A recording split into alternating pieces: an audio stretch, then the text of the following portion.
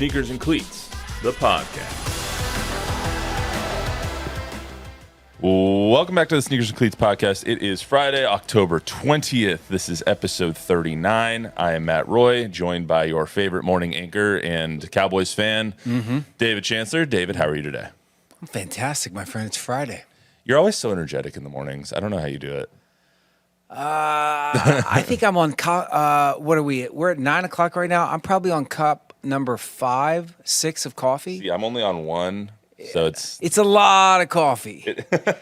It's a lot of coffee. How much coffee do you think you have like every day? A pot at least. I mean, no joke. Probably 8 cups. Because you're on from 4:30 to when's the first cup? The first cup is. So I used to bring it from home. I stopped doing that. So the first cup is when I walk in the door at 3 a.m. I grab a cup and then go up to my desk and start working on the show. And then from there, I will go anywhere between 3 and 4 more cups. So by the time we're off the air at 7 a.m., I'm 5 cups in. I'll have a breakfast cup, a mid-morning cup. So what are we there at? 6, 7? 7, yeah. And then traditionally I have a noon cup during the noon show. And people are like, why? Like, why are you? It doesn't affect me, by the way. Like, Right. I don't even know why I'm drinking all the coffee because I don't feel Right. I mean, at a certain point, the tolerance is just through the roof anyway. Yeah. So you're just drinking it for taste. And I mean, all at I'm that doing point. is that's all you're doing. and like if you're, I mean, I use Sweet and Low, which I think is probably not great for you, but it's like I don't know what the caloric in. There's no caloric value to any Right. of that. So, but it's not good for you. It cannot be good for my stomach. I mean, as much as you're drinking, probably not. I would go ahead and guess. But then I'm done. Like by the time I get home at 2 o'clock, unless Matt, it's cold. Cold weather always means a cup of coffee late in the afternoon. So.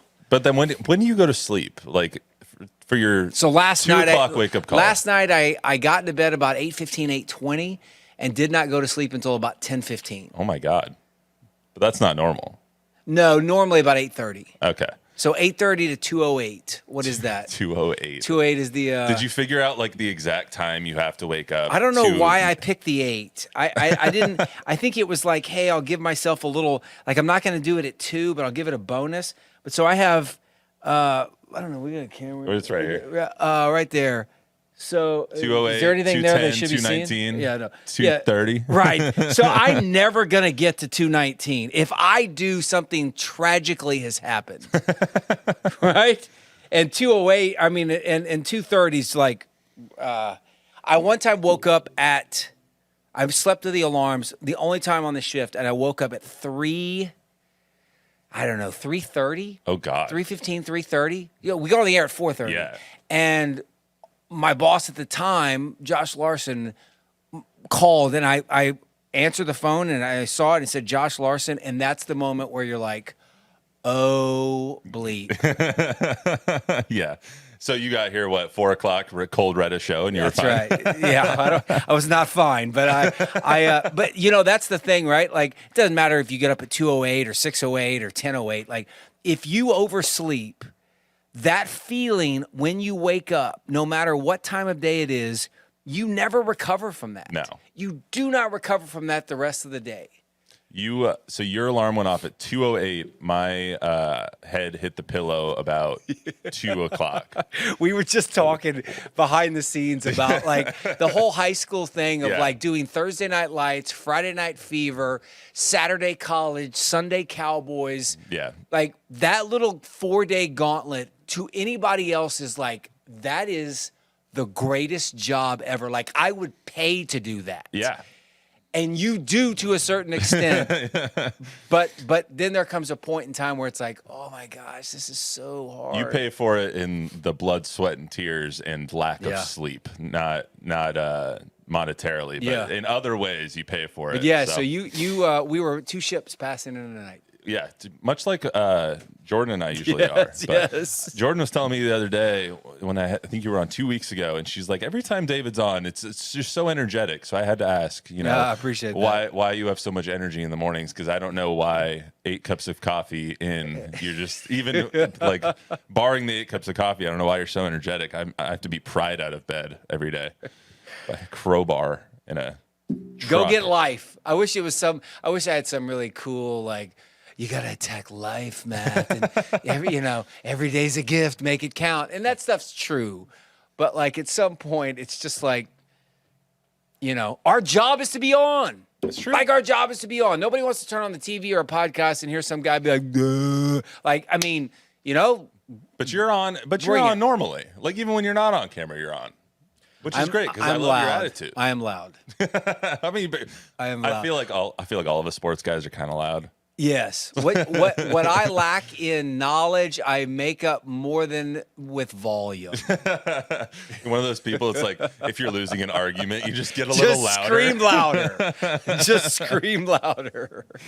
All right, well, let's get to what we do every time. So number 39. Number 39 is a little bit of a weird one. I instantly thought of Larry Zonka from the 72 undefeated Dolphins, who probably popped some champagne this past weekend when both of the last 2 undefeated teams lost, just like the 72 Dolphins always do. All of those who are still with us in the world, they always pop champagne when the last undefeated team loses, and with the Eagles and the Niners losing this weekend. Yes, the Eagles lost. Thank God. Were you just, we'll get to this in I a little hate bit, them. but were you nervous that the Cowboys weren't going to capitalize on that loss at all? No, I don't, because I'm so down right now on them and their trajectory of what they can do in the season that I'm not looking at them. Like, I wasn't like, oh, you've got to win because you've got to get one behind the Eagles. For one, I always want the Eagles to lose. I mean, I wake up in the morning and I think, how are the Philadelphia Eagles going to fall flat on their face? That's what I want to happen. But yeah, I mean, it turned out it was a great day for the Cowboys, obviously. Yeah. A great weekend. Well, we'll get to that in a little bit. Cowboys and Texans are off this week, but still got your IFB on. Yeah. Cowboys and Texans both off this week, so a little bit of a lighter card for us here. We'll talk about the boys because we haven't really done that yet since they played on Monday night. Excuse me. We will also get into the greatest player in his sport saying that his sport kind of sucks, which I thought was interesting. So we'll get into that at the end. But first, we got to get to WembyWatch, as always. Wemby played on Wednesday. He had this insane behind-the-back pass out of bounds to hit a 3. It's just stupid, something a 7'4" kid shouldn't do.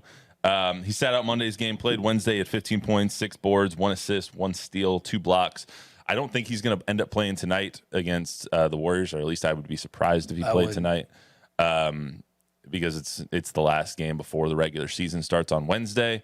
Speaking of which, we'll have a special podcast on Wednesday with me, Don, and Chuck, all breaking down the happenings of the entire season, whole season outlook for the Spurs. That's going to be on Wednesday. But anyway, what we got going on right now is, so far, what have you seen from Wemby in this preseason that has either excited you, worried you, any of the above? There's no worry. Like, I mean, life is good. I think I, like most people, the first summer league game was like, oh God, oh my God, they got sold a bill of goods. Like, whether that was realistic, fair, any of that. I mean, the hype was stupid crazy, right? It still is stupid crazy. Yeah. He's a rookie. He's a 19-year-old skinny rookie who sometimes looks amazing, and sometimes you're like, yeah, he looks like a skinny 7'4" rookie. That said, we sat down as a family, Matt, the other night. What game was it? Wednesday. It wasn't the Houston game. It was the Friday. game before. I guess it was it was on national TV. Yeah, a preseason game. I mean, I said to my wife, I said, hey, I don't know what we're doing. I think we got pizza. I was like, I don't know what we're doing, but like, we're going to watch Wemby. And she's like, okay. And that's not like her, right? And so we sat down as a family and watched, and I literally said out loud, I can't believe we're doing this. Like I may have watched start to finish, no joke, 5 Spurs games last year. Easy. Not more than that. And he's already got me to a television to watch to see what he does. Here's the other thing that stands out to me that like is crazy. You talk about his skill, you talk about the behind the back pass, the nutmeg, everybody's obviously going crazy for that. He has plays in games, passes, dribbling moments where any other player, right? If you look at it from a sportscasting point of view, if I'm doing a highlight and Matt Roy has some amazing play, but it doesn't end up in a bucket, odds are that's not going to make my highlight. Right. I can't. There's too many other plays to show. It has no bearing on the game. There's no reason to show it. Everybody understands that, right? With Wemby, it's different because you're seeing things that you've never seen before, and it's like the behind the back pass on the baseline. Yeah, out of bounds. The guy misses the shot. Yeah. The nutmeg play that ended up there was no bucket on that play. It doesn't matter because we're seeing something freakish. The thing that excites me more than anything is how he is able to erase all kinds of layups. Mm-hmm. I mean, his ability to. I thought David Robinson was one of the most skilled young big men at body control and altering shots. He and Shaq were unbelievable, but David was so good because he was so lean and quick. And Wemby makes him look like a high school kid. Which a couple of things you said that are interesting. One, we all know that Matty Ice balls out, so I ain't missing no shots. Those are all going to be on the highlight reel. So, secondly, his defensive versatility is amazing. And I think that the versatility of the lineup that they started on Wednesday, which I believe is going to be their starting lineup for this season, in Jeremy, Devin Vassell, Keldon, Wemby, and Zach, is insane. Like, you have such defensive versatility in that where Jeremy can defend anybody. Keldon can pretty much defend anybody on the floor. Zach can defend 3 through 5. Wemby can defend anybody except for maybe a really, really small, quick point guard. But even that, he can recover even if they blow by him because of his length. And then Devin can pretty much defend 2 through 4 or 1 through 4. I mean, you have such versatility in that where you're playing true positionless basketball. Anybody can bring it up except for Zach, maybe. Anybody can shoot the 3. Anybody can make a play. Right. And anybody can defend any play. Well, I think Sohan makes all that go. Like everybody will say it's Wemby, and that's kind of obvious, but yet by the same token, this idea that Sohan is their point guard, whatever that means, like, because, in the game that I watched, there were, every other, not every other, but it seemed like there were several occasions where Wemby brought it up. Yeah. And you're like, wait a minute. I mean, I saw Tim Duncan bring it up, a few times as well. That's not like, oh my God, the most unicornish thing I've ever seen. But he does it on a regular basis and with such ease. And, in the old days, a big man would bring it up, whatever, off a break or something. And then as soon as he crossed midcourt, he was looking, where's the little guys? Yeah, let me get the ball to give him. it to the guard. I mean, they come up and they run a play. They're running sets. Yeah. I mean, Wemby is waving guys off and like, hey, I've got this. They had, there was somebody on Twitter pointed out, Wemby and Trey Jones ran a pick and roll with Trey being the screener. Exactly. Trey was the screener. like I said, what? True positionless basketball. Like you're having your 6'3" point guard, however tall Trey Jones is, set the screen for your 7'4" center. How do the Warriors guard them? I don't know. I don't know how anybody does. That, I'm not talking about tonight's game, but Vegas put out the odd, their over-under wins. What was it? It was like 28, 28 right? and a half. I had that written down next. So that is, like, I laugh at that. It's insulting. Everybody should bet the house on the over. Unless Vegas, they're going to win at least 42 games. Unless Vegas knows something that none of us know, right? Which they often do.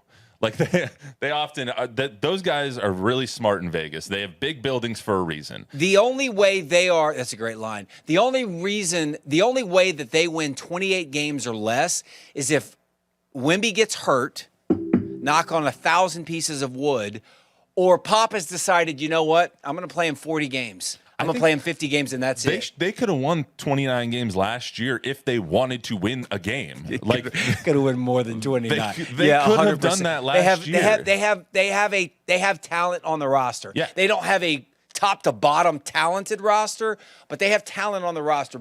Damn sure more than enough to win 30 games. Their worst guy is better than the worst guy on a lot of teams. They have a lot of depth. Yeah. Their 15th guy on the roster, whoever that may be, I don't want to put any names out there, but their 15th guy on the roster is better than a lot. They have a lot of depth. They have a lot of young players that need to learn how to win. Yeah. And maybe that's their downfall, is that they've lost so much in Keldon's whole tenure or Devin's whole tenure that maybe they don't really know what winning is like yet. Or maybe they were planning to win a lot more last year, and then Pop was like, you know what, Keldon, doesn't your hammy hurt in the fourth quarter? Doesn't Devin, I don't know if we should play you tonight. That's not going to happen this year. They're going to try and win games. Right. They are going to win 40 games, if barring health. Right. Barring health. Like, health is always the great equalizer when it comes to win totals and how much you're going to win. Like, we see that all the time in football. It's a war of attrition. And so in basketball, when you have Wemby, I think they're going to be careful with him. But if they have a chance to make the playoffs, or if they're itching for a 6 seed, like, they're going to go for it. I'm interested to see, a lot of that is, you talk about the idea that they haven't won in a few years. You got some guys here who, they have to go to the same practice gym and the same arena over and over and over, and they see the banners hanging there. And I used a phrase earlier this week, Tim, Tony, and Manu are now, they're more myth and memory than anything else.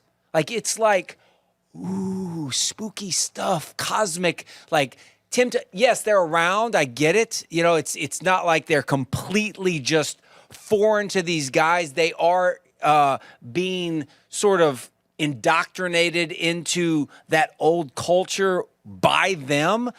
But really, I mean, they didn't play with any of them. It's not like they're trying to patch the toy. This isn't DeMar DeRozan and LaMarcus Aldridge trying to continue something. This is completely new. Like, the torch has been passed. That time, that is now done. They dropped the bridge.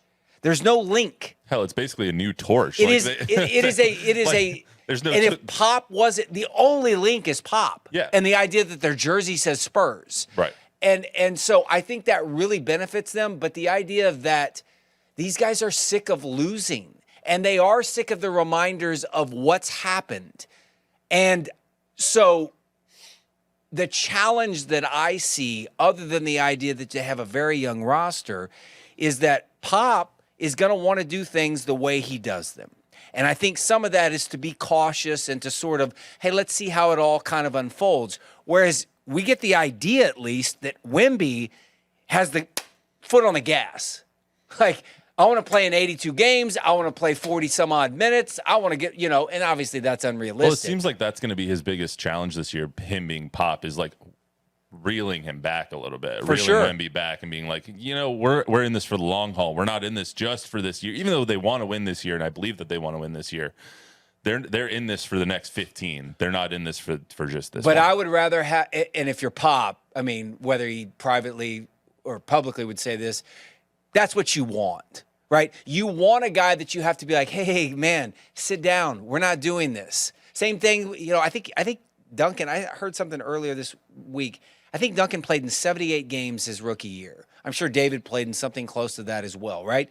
I don't know. Who knows what the 60, 65 it's a different game. But the point is, you would rather have a guy who wants to play than the other superstar that they had here a few years ago, where you're like, please play. Can you play tonight? Can you call your uncle and ask him if you can play? Like, you don't want that anymore. Yeah, now he's another franchise's worry now. He's a killer. Not in a good way. Just a franchise killer.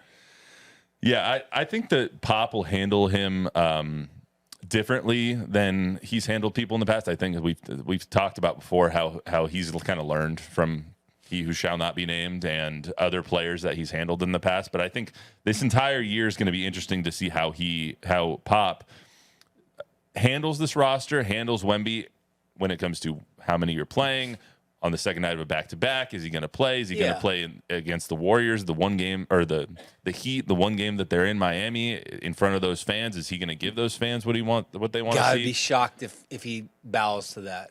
Like, I just don't know. Like, is he going to be like, you know what? I don't care about your Rookie of the Year award. I don't care about that. I'm going to play you for 55 games because we're looking out for the long haul. I don't know that yet. So some fun sort of like non-basketball X and O's, but like just ancillary topics around the Spurs this year. If you're Pop, not even if you're Pop, just what's the right thing to do there? Is the right thing to do, given the choice between playing him on the road in an Eastern Conference city where he's only going to be seen once, or a home game the next night or 2 nights after that, where you've got a franchise, a fan base here who has supported you for 50 years, and certainly the last 25. And they've been here and they have done whatever it is that you've wanted, and they've believed in your process, and they've put up with the idea that, hey, they're going to be a certain way and they're going to go, against the grain of the NBA. Like, San Antonio has bought into Greg Popovich. Yeah, there's been some back and forth recent years about the whole political stuff, but other than that, Pop says jump, San Antonio has said how high. Right. Don't you owe them? You owe them over a bunch of people in Miami that have nothing to do with you? Barring health, he should play, Wemby being he, should play every home game and every national TV game, at least. And I don't know, some of those overlap. Some of them are at home. So, in my opinion, he should play every national TV game. In the interest of the Spurs, he should play every national TV game and every game here at home. Outside of that, the next phase to that would be every game where you only have one appearance in that stadium this year. So that would be all of your Eastern Conference opponents. And some West where you're playing some 2 West. Here and 1 there. Right. I mean, if you have 2 games in Golden State, just for example, if you have 2 games in Golden State, sit out one of them. I don't care. Right. But at least the fans get to see it once. But do you see Pop sitting down, looking at the schedule not. and being like, I don't think he cares. No, he doesn't care at all. He doesn't care one bit. But I know ESPN, ABC, NBA TV, TNT, the only reason the Spurs are on that. I mean, look, I love Jeremy Sohan. I like Keldon Johnson. I didn't watch them the other night for either one of those dudes. And I wouldn't, if this was Scoot Henderson, I would be a little bit more interested in the Spurs than I was last year. But I wouldn't, I was looking at tickets the other day, just as a fan. And I was telling my son, I was like, because he's like, hey, I want to take a bunch of my friends. And I was like, dude, this ain't like last year. We're not getting $10 tickets. Like, crappy tickets are $80, $90, $100. Yeah. And so I went to a game speaking of that, I went to a game last year for I think the ticket plus 2 beers at the stadium was less than $30. I was really impressed. Yeah. This year, you can't get in the door for that. That's not happening. No. But here's the thing, and that's the other thing. When you buy tickets now, I looked, my son said, hey, because we've done the Warriors thing many, many times, and we've gotten burned by Steve Kerr 3 of the 4 years that I've ever bought tickets. The only time we ever watched Steph play was last year in the Alamo Dome. Yeah. So I said, hey, man, first I said, hey, I go, who's your favorite player in the league? It's always been Steph. I go, is this Steph still the guy? And he goes, yeah, I think Steph's still the guy. I go, well, who do you want to see? And he goes, I think I really like to see LeBron. December 12th. Because you just never know, how much longer is he going to play, right? And you want to see him in person. I mean, everybody should. And I think they play a back-to-back here. Yeah, I think it's December 12th and 14th or something like that. So I was looking at it and I said, well, he's not going to play both. I mean, he's just not. And so what if you buy one, but he only plays in the other? Well, what if you buy tickets December 12th hoping to see Wemby and LeBron and you get neither? That's are you kidding me? That would be devastating. Devastating. I'm trying to look and see which game. I think one of those is on national TV too. I feel like December 13th and 15th. Okay. One of them is at 7 o'clock. That first one's at 7 on ESPN. That's a Friday night game? That is December 13th. And then, I think that's a Friday night game because the December 15th game is at noon. It's a day game. 2 days later. Is that an ABC game? Oh, sorry. I can look. Let's plan David's. Let's plan your December trip real quick. Hold on. But Matt, this is serious stuff in the sense that there are families right now trying to figure out and map this stuff out. When's he going to play? When's he not going to play? Is he going to play when LeBron comes here? What about Giannis? Giannis is only going to make one appearance. So Wednesday night, the 13th, it is an NBA TV game at 7 o'clock. Okay. Friday night, the 15th, is an ESPN game at 6:30 p.m. What was the noon game then? I don't know. The Google was wrong. I'm looking at the actual schedule now. That's an ESPN game on the 15th. So I could see him playing both. Well, but if he plays one, I think he'd play the first one. But if you're like me and you got a family of 4 and it's easy, $600-800. Right. That's just to get in the door, and that's just to really get in the door, if we're being honest. And park. You can find $30 tickets, I guess. But if you want, and I'm not talking lower level. I mean, obviously, we're talking lower level, or easy, 100, 150 a piece. Yeah, it's going to be. Anyway, I don't know what you do. It's going to be a wild year. I mean, Jordan and I were trying to look for some, and I was just like, what game do you want? Like, what game should we go to? One because of our schedules, but 2, I was just like, can we even afford to go to a game at this point? Because the tickets on the resale market are just insane. There's tickets on Wednesday for the opening game for like $10,000 for a floor seat. God, please. I was just like, what? Nobody pay that. What are you doing? Nobody pay that. That's the thing. Somebody's going to, though. I know, but they shouldn't, and that's the problem. Don't pay it, and then that way that guy can eat that money. He shouldn't be trying to screw you, the fan. Yeah. God, that makes me angry. Because right when the schedule came out, there's dudes that have some money that went out, bought 4 or 5 floor tickets, and then they're like, as soon as we get close to this game, I can resell these for 3, 4, 5 times the price. Right. And that's probably exactly what happened. And so it's despicable by them. But yeah, shame on you. Anyway, I'm fired. Bottom line, hey, real quick. Line fired up about let's wrap the Wemby section. Do you believe, has he lived up to your hype? I mean, so far? Yeah. I think so. I think so. I mean, I'm just asking you. Like, when you watch him, are you like, hey, man, this is really cool? Personally, I think so. He does things on the court that I've never seen. Ever. Every day I say, wow, I've never seen that. Right. Or every day I'm like, he shouldn't be doing that at his size, at his length. And so I actually do wonder, when will we get to a point in Wemby's career, barring health, that we're like, yeah, we've seen that before? That's a great question. When are we, is it 3 or 4 years in where we're like, doesn't surprise me anymore? My wife noticed something the other day when he dunks. There's a lot of times when he dunks, he doesn't come to the ground hard. Mm-hmm. He sort of lets himself down like he's riding some sort of elevator. It's a weird. It looks glitchy. It's like his knee is like a spring. He's doing it. He's literally doing this on his own to save his body. It's kind of weird. There's football players who, for some reason, just land awkwardly. RG3 is a great example of that, where there's just players who, when they get tackled or they get hit, it just looks like it hurts more, Like Kyler Murray, for some reason, never gets hit in a way where they learn how. Yeah, he learns how.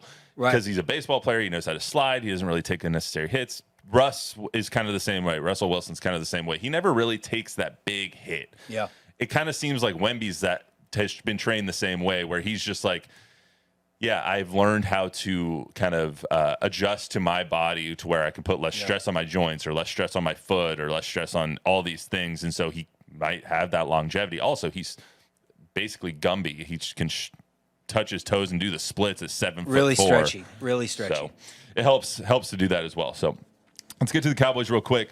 Cowboys won their matchup on Monday night against the Chargers, 20-17. Defense closed it out with a sack by Micah, a pick by Stephon Gilmore. Overall, I thought it was a ugly win. I think is putting it nicely. Yeah.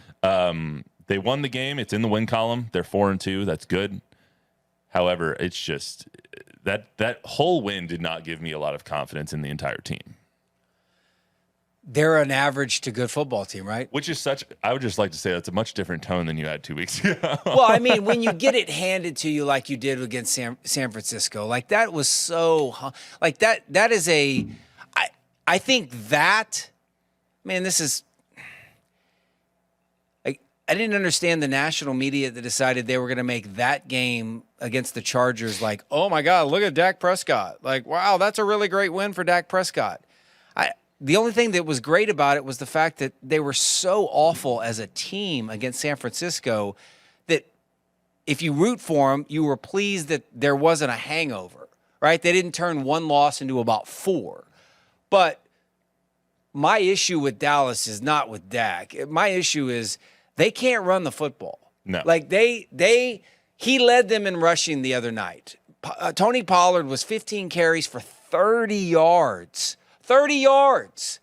Now, ETN had about 30 last night, but he had 2 touchdowns. I think he got up to about 50. Give or take. Yeah. Right? Same deal. Trevor Lawrence actually led them in rushing. I think it was, The point is they are struggling in the red zone because when you get down there, they don't have anything. I would like for them to run Rico more. Yeah. I think he is a good option when they're trying to pick up 3-4 carries at a pop or 3-4 yards at a pop. This week the narrative's been weird because everyone's kind of realizing that the scoring is down across the league. Scoring's down across the league. The red zone percentage is down across the league. Rushing is down across the league. Yards are down across the league. Everything on offense is down across the league. And I feel like this week people are like, maybe we can chalk the Cowboys' struggles up to numbers being down. But that's not true. Like that's just a lazy narrative. You can't chalk the Cowboys' struggles up to everything being down. You can chalk it up to Mike McCarthy not being a great play caller so far, the Cowboys not being able to block the run, Dak not hitting his receivers or his running back wide open in the flat for an open touchdown at the end of the game. And you can chalk it up to Mike McCarthy's game management at the end of the half, because all of that has resulted in a horrible average, those are counterintuitive, average offense that you thought was going to be explosive coming into this year and is anything but. Well, there's 2 things that stand out to me. So one, shame on us for saying that we thought it would be explosive because they told us in the spring it wasn't. He's told us time and time again, talking about Mike McCarthy, hey, I want to run the football. Yeah, but then you have Jerry saying, like, look at all of our weapons. Look how fast we are. Look I at know, Brandon but Cooks' he's not speed. calling the plays. And look at Devontae Turpin's speed. He can sit there and do it, but he's not doing that. Like, he can do his radio show, but, like, he's not calling it. So McCarthy, I mean, it's been obvious. It was obvious at the end of that thing. And this brings me to the other point. I'm with you in the sense that if it was me, I would have tried to squeeze out one play before the end of the half and not kick it, right? Totally get that. However, you and everybody else that are like, Mike McCarthy, I can't believe you didn't do this. Why did you do this? This is horrible game management. How can you do this? That's the same guy who is in charge of an offense that has been horrible in the red zone that you guys have been complaining about. That's the same guy calling plays for the quarterback that you guys all say is average at best. That's the same guy who you guys all criticized the week before and said, you're not the guy. So when that guy says, hey, hold on, I don't trust my quarterback because of XYZ, and I have all of this proof, and you guys all agree, and then I kick the field goal, I take the points, and then you guys get mad because I didn't take the points. That doesn't jive with me. Yes, I don't get that. It does, because there's 2 things there. One, you have an owner that says we love our quarterback, and you have a head coach that is showing you, not saying, but showing you that he doesn't love his quarterback and doesn't trust him. Second, if the entire criticism is that you can't score in the red zone, why not take the chance to score in the red zone? You would have 8 seconds left, and you have the opportunity to call a timeout. There was confusion on the broadcast about what exactly happened, but the facts are the facts. You had 8 seconds left, an opportunity to call a timeout. Instead, he let the clock run down to 3 seconds, kicked the field goal, didn't take the shot at the end zone on the 15-yard line or whatever they were on. you have to take the points where you can, and you have to take the chances where you can. At the end of the game, they left 4 points on the board because Dak missed his receiver. Right then, they might have left 4 points on the board because he didn't trust Dak to make the throw or make the right decision. There's no bigger indictment than that. 100%, but he did take the points. He didn't take the point. He took less points than he could have gotten. Well, those are two different things. Taking points and taking less points are two different things. He did take the points. And all I would say to this is, and we could argue this till the day we, both take our last breath.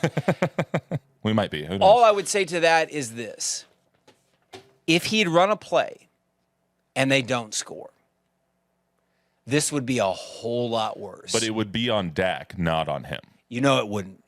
It wouldn't. It should be, in my opinion. Well, it should be. But I mean, if he had gone, because he had gone for it 2 other times, and people were like, "Wait, what are you doing? Why are you going for it on 4th and 1?" One time they actually scored. One time they didn't. Then you come down here. I just, it's. At the end of the day, a play at the end of the first half, to me, didn't decide the game. I guess you could make the case it did. I mean, Dak seemed to, Dak had his, cute little comeback, which you can't argue it. He's like, well, we kicked the field goal, and what did we win by? We won by 3? I guess it was the right decision. But when you look at things like that, they won by 3, and the game is completely different if they lose that game. However, the game is completely different. Every decision that was made will be put under the microscope. But winning cures all. Of course, winning cures everything. So they won by 3 points. Okay, cool. You always have to look at ways to improve. And let me ask you this: if in the first half, at that point, 8 seconds left, he takes the timeout, and he calls up a play for Dak to throw it in the end zone. Dak takes a sack. What's the narrative? And they end up losing the game. What happens then? What's the narrative? Is it that Mike McCarthy shouldn't have trusted his quarterback and should have taken the points, or is it that Dak is it an indictment on him? So I might be giving Mike way too much credit in the heat of the moment there. But in hindsight, I would say the moral to the story is he doesn't want to lose his football team. If that scenario plays out, which you just described, right? You get smoked in San Francisco. You come into a game against a team that doesn't have a great defense. You're struggling to move the ball and score, right? You've come up short a couple of times in the red zone already in that game. Now you have a shot. It's a tight game, and you decide, you know what? I can't. If I do this and we don't, I'm going to lose this team. Because I'm going to lose I'm going to lose my quarterback because he's going to get destroyed. Oh, eviscerated. And that will in turn at some point, this is going to fracture if it doesn't get mended. So I think he's trying to save his team. I think he's trying to buy himself some time. I think he thinks in his own mind, yeah, I haven't called a great game maybe this year. We haven't done particularly well. Like you look at the Cowboys' points.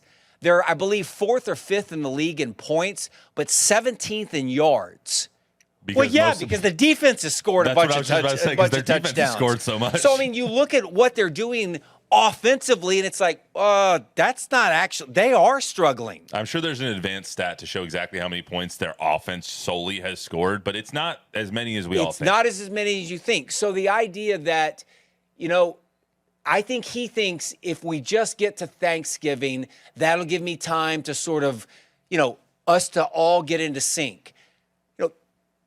Look, they got to have somebody other than CeeDee Lamb. They got to develop Ferguson or one of these tight ends. They got to figure out a way to run the ball on 3rd and 3. It's not just Dak Prescott. Has there been a bigger disappointment this year than Michael Gallup?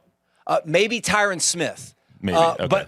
But close. But no, I mean, like, oh my God, and he throws you the ball all the time. He had like 12 targets on Monday. He dropped one wide open in the end zone. Not wide open, but he should have made that catch, the diving catch right before Dak went and bailed him out with the 18-yard run. I believe it was right before that. But Gallup has been extremely disappointing. Brandon Cooks has been disappointing until this game. Yes. Because he hasn't gotten in the end zone. Tony Pollard's been disappointing. The offensive line has been disappointing. The good thing about Pollard is now you don't have to pay him a bunch of money in the offseason. Well, there's no way. Please, God, don't pay him. Pollard's going to get a 2-year, $5 million or $10 million contract this offseason if he keeps playing the way he's playing. He's proven that he can be explosive when complemented by another guy. He's a great complimentary back. He's not a lead feature back. He's not a lead back. Overall, that game just left me uninspired by the Cowboys overall, and it looked like, to me, it was like Dumb and Dumber coaching against each other, seeing who cannot lose. It was not a pretty game. It was not a pretty game to watch. What do you last thing on? But hey, by the way, I'm so sick of the Justin Herbert.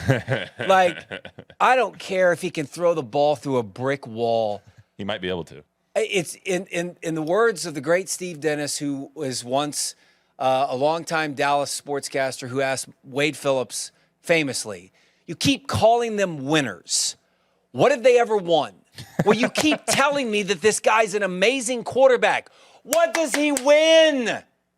He doesn't win. So stop with the rankings of this guy's a better quarterback than that. This guy's better. I'm not saying that Dak Prescott is a top 5 quarterback. But stop. I hate this narrative of, you know what I'm going to do? I'm going to sit here. I'm going to rattle off 10 guys that are better than Dak Prescott. Okay, go ahead and do that. But half of those guys don't win. Who'd you rather have on your team, Dak or Justin? See, that pause is why that is the narrative. But because Dak's done a lot more winning than Justin has. But it's a foolish argument. I shouldn't pause. It's foolish because yes, he checks every single box.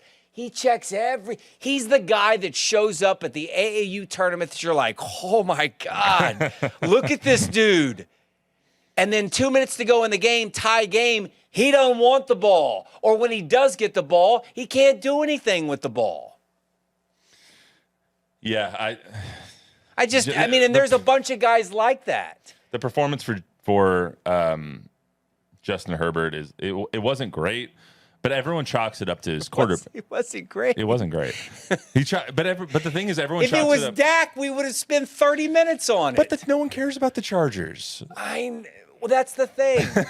That's the thing. And that's not even their own fans. And so when Mike McCarthy says this week, man, Dak Prescott gets butchered more than 31 guys at his own position. And everybody's like, no, he doesn't. No, he doesn't. And you're like, really? The only person that cares about the Chargers is that young Asian woman that they showed on the broadcast that I then saw all over my timeline. She was everywhere. Literally everywhere. Everywhere. I tweeted out, I think it was on Tuesday, cool, get this woman off of my feed. Chargers version of Taylor Swift. Good Lord. Also, by the way, Taylor Swift and Travis Kelce have lasted much longer than you thought. They did. I almost brought, if I had more time, I was going to go back and cut that. They did. But they have. I said it'd be over by Minnesota. Yeah. It wasn't. She wasn't there, though. He just bought a new house. In part. Stop it. He just bought a new house. In part because he wanted more privacy for him and Taylor. I'm just saying. He should be making her buy a house. Honestly. She could buy a block. She could sneeze and buy the house that he just bought with the whatever. Anyway, so let's talk about last thing real quick because I know you are having a little vacation this weekend. I want to get you out of here. Yeah. So Tom Brady's comments. Tom Brady on his Let's Go podcast. I won't play it, but he said something interesting. Basically that today's game is more like flag football because of the lack of physicality in it. My initial reaction to hearing that is, it's your fault that there's no physicality. That's true. Because we all being the NFL, wanted him to stay healthy. They outlawed low hits on the quarterback. No, you can't hit a quarterback below the knees anymore when he's in the pocket because Tom Brady tore his ACL in Kansas City in game 1 of the 2008 season, I think it was. Yeah. And Matt Castle came in and almost led his team to the playoffs. Yeah. Then everyone questioned if Tom Brady was even worth it because Matt Castle just led him to the playoffs. It's your fault in part or the reason that this game isn't as physical as it used to be. No one can get hit anymore. And I agree with him that the game, I think, in my opinion, used to be a little better 15 years ago when you didn't have all these roughing the passer calls. And if you accidentally hit somebody in the helmet with your arm, it wasn't a flag. Yeah. I liked it better like that. However, in part his fault that the game is the way it is, and he should be thanking them for the game being the way it is, because there's no damn way he plays until he's 45 years old if the game is as physical as it used to be. For sure. Like, he should be thanking everybody that he got 7 Super Bowls, that they outlawed things that would have gotten him hurt. Like, it was the most ridiculous thing ever coming from him. Well, I can't think of a safety in the NFL right now. And if you go back 10, 15, 20, 25 years, the football that I grew up watching, I mean, for people who don't know, I mean, Ronnie Lott's one of the, greatest football players of all time. He's got one of the greatest stories of all time in the sense that he ripped off part of his finger and kept playing. Guy kept playing. He told them to cut it off. Cut it off. I'm going back in the game. And that has nothing to do with the hits other than the fact that's the mode of operation. A guy that played for your team that you absolutely loved, Steve Atwater. Oh, yeah. Steve Atwater is in the mold of Ronnie Lott. You just kind of go. Troy Aikman, I remember his rookie year, I think it was against the Cardinals, stood in the pocket. There's a lot of guys back then that would stand in the pocket. They would get tattooed. Troy got popped right in the chin, blood everywhere. He stayed in. He had a heck of a game, right? The point in bringing that up is you fall in love with that toughness, right? It adds to the myth. Oh, my gosh, these guys are just completely gladiators. I get the idea that CTE and things. I'm not trying to say that we should go against player safety. But there's got to be a balance. Yep. Because now I would not want to play defense. If I was a young athlete growing up in the sport, I don't want to play defense because I don't know what is legal. I don't know what's not. I think I'm going to get hurt when I'm going to go in for it's in my DNA to go after you and hit you, but yet now I have to pull up at the last minute. I'm going to blow out a knee. I'm going to pop an ankle. Sometimes I don't know what we're watching, and some of the calls in favor of the quarterbacks are deciding games. When it comes to player safety, I'm all for player safety. Make the game as safe as you can without changing the very fabric of the game. However, they have changed the very fabric of the game. The game that we're watching today is a bit different than it was 15 years ago. You don't have the Troy Palomalus, the Ray Lewises, the James James Harrison too. Thank you. That's who I was trying to think of. The James Harrisons, even the Ryan Clarks that come in and they'll freaking knock you out. You don't have those guys because it's been outlawed from the game. It's a good thing that player safety is at the forefront.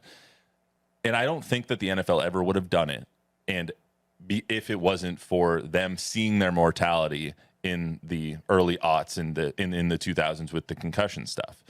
Obviously, and I've done plenty of research and stories on this in college and at my last station where parents didn't want to put their kids in football anymore. For sure. Moms did not want their kids to play football. It's a real thing. Football saw its mortality, and they said, okay, well, if we don't change this game, it's going to not exist anymore. Right. It's going to turn into flag football, which is now going to be in the Olympics in 2028. So I understand why they did it. However, it doesn't make it a better brand of football. What we're seeing now is different than what we saw 40 years ago, different than what we saw 10, 15 years ago even, and I understand why they did it, and I understand the thought process of Tom Brady saying it's not as physical as it used to be. You can't even tackle anybody anymore. The officials are controlling the game, but it was forced to be that way. Yeah. It was forced to be that way by moms, and I'm not saying that it's their fault or that it's bad, by moms that said they wouldn't put their kids in football anymore. Even me, who played football in college, I won't let, whenever we have children, Jordan and I have decided we won't let our child play football until he gets into high school. Yeah. Like that might be the best way to do it. They should play flag in middle school and then maybe flag until then to learn the basics of the game, and then go ahead and knock somebody out after that. But it was just something about Tom Brady's comments coming from Tom Brady that rubbed me the wrong way, because one, of who it's coming from, but two, because it was his fault in part that the game is the way it is, and three, he benefited from it. It is ironic, but it leads to that bigger conversation of like why the game isn't what it used to be, and it's because concussions, player safety, all of that took a front seat.